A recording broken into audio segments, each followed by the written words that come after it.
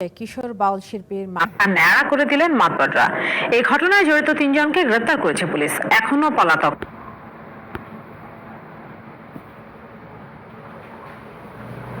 4 জন। গতকাল রাত 12টার দিকে অভিযান চালিয়ে জুড়ি মাছপাড়া গ্রামের মাতবর শফিউল ইসলাম ওরফে খোকন, মেজবাউল ইসলাম ও তায়েক রহমানকে গ্রেপ্তার করা হয়। মামলার এজাহারে কিশোর বাউল মেহেদী হাসান জানান, আর্থিক অনটনের কারণে 6ষ্ঠ শ্রেণীতে তার পড়াশোনা বন্ধ হয়ে যায়। এরপর তিনি বাউল গানের দিকে ঝুঁকে পড়েন। তার বাউল জীবন, গান ও পোশাক নিয়ে বাজে কথা বলতেন পাড়ার মাতবররা। এর প্রতিবাদ করায় তারা ক্ষিপ্ত হন। গত শনিবার রাতে অভিযুক্ত ব্যক্তিরা তাকে ডেকে নেন। এ সময় শফিউল ইসলামের নির্দেশে তাকে ন্যাড়া করে দেওয়া হয়। এই ঘটনায় মঙ্গলবার রাতে 5 জনের নাম উল্লেখ সহ 7 জনের বিরুদ্ধে মামলা করে কিশোর মেহেদী। এরপরই অভিযান চালিয়ে 3 আসামিকে গ্রেপ্তার করা হয়।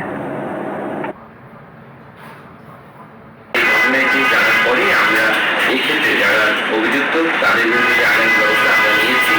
এই ক্ষেত্রে মামলা দায়ের হয়েছে।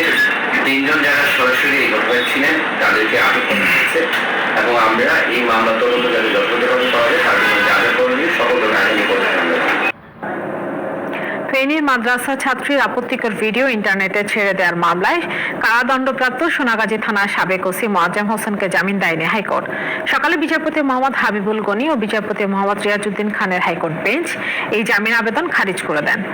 এর আগে 2019 সালের 7 ডিসেম্বর ফেনীর মাদ্রাসা ছাত্রী নুসরাত জাহানের আপত্তিকর ভিডিও ইন্টারনেটে ছেড়ে দেওয়ার মামলায় সোনাগাজী থানার সাবেক ওসি মোয়াজ্জেম হোসেনকে 8 বছরের কারাদণ্ড দেন আদালত।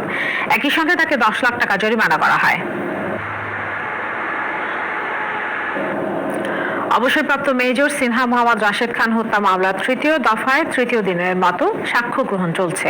সকাল 10টায় জেলা ও দায়রা জজ মোহাম্মদ ইসমাইলের আদালতে সাক্ষ্য গ্রহণ শুরু হয়।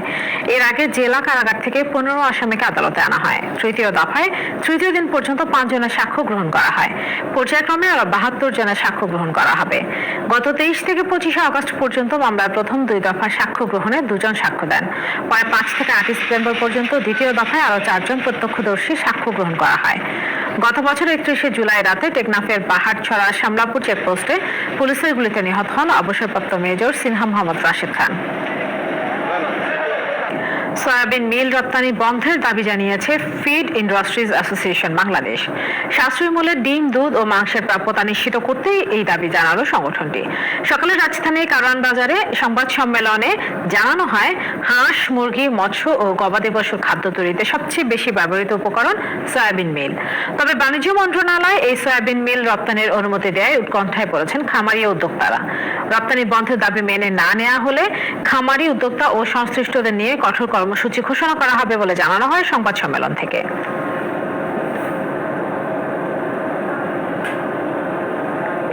চট্টগ্রামে ভ্রূণ নষ্ট করার অভিযোগে প্রবাসী স্বামীর বিরুদ্ধে আদালতে মামলা করেছেন স্ত্রী। দুপুরে চট্টগ্রাম মহানগর হাকিম শফিউদ্দিনের আদালতে মামলাটি করেন ওই নারী। মামলা আমলে নিয়ে চাঁদগাঁও থানাকে তদন্তের নির্দেশ দিয়েছে আদালত। এজাহারে বলা হয়েছে, বিয়ের পর 2017 সালে অন্তঃসত্ত্বা হলে স্বামী ও শ্বশুরবাড়ির লোকজন বিভিন্ন কৌশলে তার ইচ্ছের বিরুদ্ধে গর্ভপাত ঘটায়। সম্প্রতি ওই নারী আবারও অন্তঃসত্ত্বা হলে তাকে গর্ভপাত করানোর জন্য চাপ প্রয়োগ করতে থাকে। মামলা ওই নারী স্বামী সহ আরো 3 জনকে আসামি করা হয়েছে। কুষ্টিয়া শহরের নির্মাণাধীন একটি মণ্ডপে বেশ কয়েকটি প্রতিমা ভাঙচুর করেছে দুর্বৃত্তরা। পুলিশ ও স্থানীয়রা জানায়, আসন্ন শারদীয় দুর্গোৎসবকে সামনে রেখে শহরের আগুয়াপাড়া রেল লাইনের পাশে অস্থায়ী মণ্ডপে প্রতিমা তৈরির কাজ চলছিল। সকালে মণ্ডপে থাকা নির্মাণাধীন প্রতিমার অংশ বিশেষ ভাঙা দেখতে পেয়ে পুলিশকে খবর দেয় মণ্ডপ কমিটির সদস্যরা। পরে ঘটনাস্থল পরিদর্শন করে জড়িতদের আইনের আওতায় আনার কথা জানায় পুলিশ।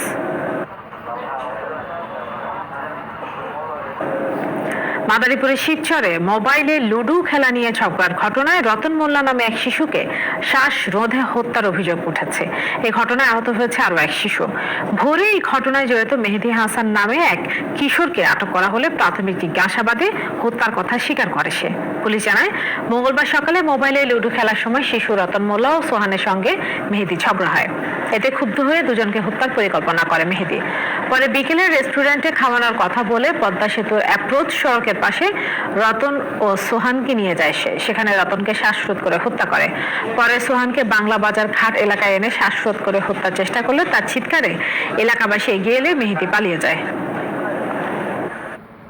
সীমানার হনে যায় নাকি আমার ব্যাগদার 100 টাকা দিয়ে বলতেছে, তুই একটা বিস্কিট আর একটা পানি কিনে নিয়ে এই ফাঁকে ওরে হাই রোডের ওই সাইডে নিয়ে এক ক্ষেতের মধ্যে ওরে মেরে লাগছে।